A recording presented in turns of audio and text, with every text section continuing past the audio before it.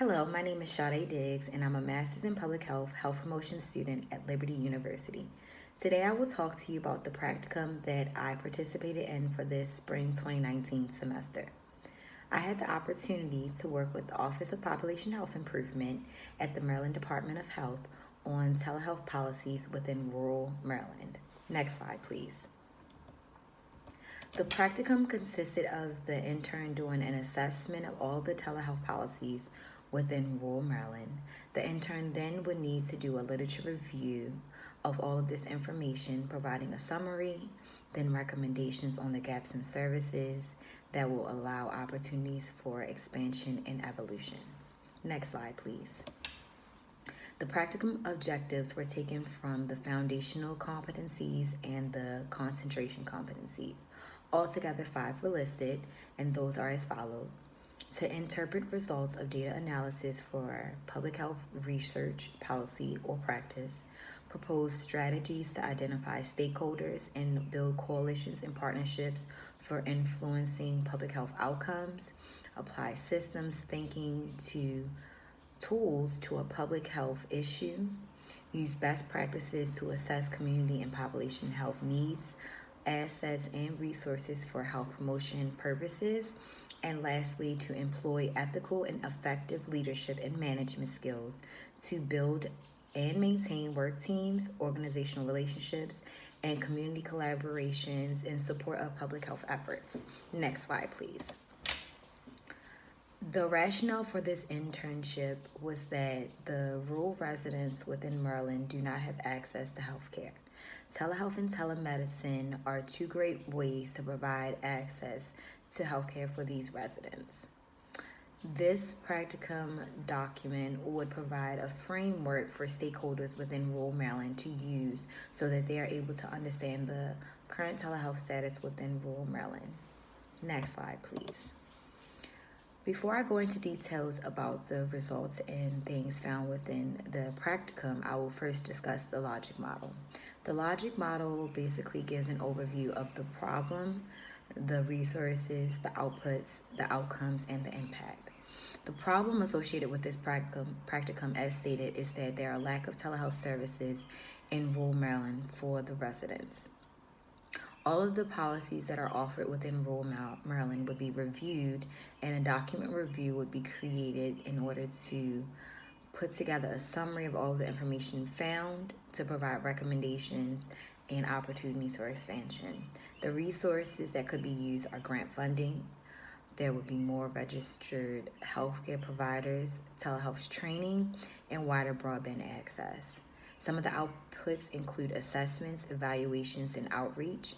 The participants would be any other rural stakeholders, the state government, the federal government, health officers, and hospitals. And lastly, the outcomes and impact would be that there would be more informed stakeholders because they would be more knowledgeable about telehealth within rural Maryland, and there would in turn be more access to care for the rural residents within Maryland. Next slide, please. Now I will discuss the methods that were used in this practicum. The methods were basically research. A lot of the research came from government publications and articles. Some came from federal agencies' sites and their publications and articles.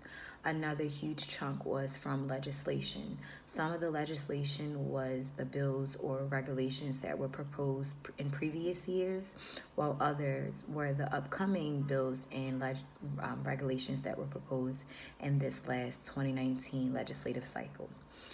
Lastly, scholarly journals were reviewed and researched for this practicum. All this information was then used to put together a literature review. Next slide, please. The results. So I'll go over some of the results that were found when doing the research for this practicum.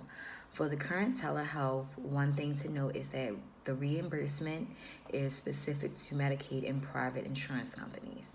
But the providers that are offering the services have to be registered through the Maryland Medical Assistant Program in order to be reimbursed or to provide the telehealth or telemedicine services. Another key takeaway was the telemedicine task force. This organization was put together to develop a statewide plan, not specific to rural Maryland, but a statewide plan about telemedicine and to identify recommendations in 2011. Those recommendations were then implemented in 2012 and 2013. A key takeaway from those recommendations were that many of the providers or sites were not utilizing the services within rural counties in Maryland. For the upcoming telehealth, there were a few bills and regulations that were proposed, but they were not specific to rural Maryland. Some of those bills and regulations were related to behavioral health or physical therapy. Another key result to note was the comparison to neighboring states. Maryland is akin to New Jersey, New York, and Virginia in the fact that all of these states all offer reimbursement for Medicaid or private insurance companies. However, a unique difference to note is that Pennsylvania is not like Maryland in these other states. It only offers reimbursement for Medicaid services. Next slide, please. There were many limitations that were noted when doing the research for this practicum. The first issue is reimbursement. The second issue was the geographic limitations for telemental services. The next was standardized licensing or licensing compact for providers. Another limitation was the liability coverage, broadband access, and lastly, lack of interested providers that would participate in telehealth or telemental services. Next slide, please. Overall, telehealth could help to improve access to care within rural Maryland. It would also improve the efficiency within the facilities in rural Maryland. But currently, there's a lot of research that's lacking in the telehealth or telemental policies within rural Maryland. Some recommendations that were offered were, for one, to propose telemedicine task force to create a comprehensive document that is found in one location that offers all of the telehealth resources and information relative to rural Maryland. This will help to ease access to providers to find this information so that they can be more informed about everything that is currently going on with telehealth or that previously happened in relation to telehealth in rural Maryland. Another recommendation was to propose an interstate licensure compact. This would help with basically offering more access to care. There are some rural parts of Maryland that are closer to other states. By offering this interstate licensure, it would allow those rural parts to be able to be using the telehealth or telemental services from states that are nearby them, that may be closer than their traditional state or county hospital. Another recommendation would be to remove the restrictions off of the specialist providers. As stated, there were some restriction on the telemental providers within the policies for telehealth in rural Maryland, and this would have basically allowed for more access to care. Another recommendation would be to increase broadband access. Much of rural Maryland is in so many rural parts that they don't have access to Wi-Fi or broadband access so that the facilities could participate in these services, but by providing them with the technology needed, it would expand access to care. Lastly, the recommendation would be to propose legislation to guarantee funding for rural Maryland to have for telehealth or telemental services. Next slide, please.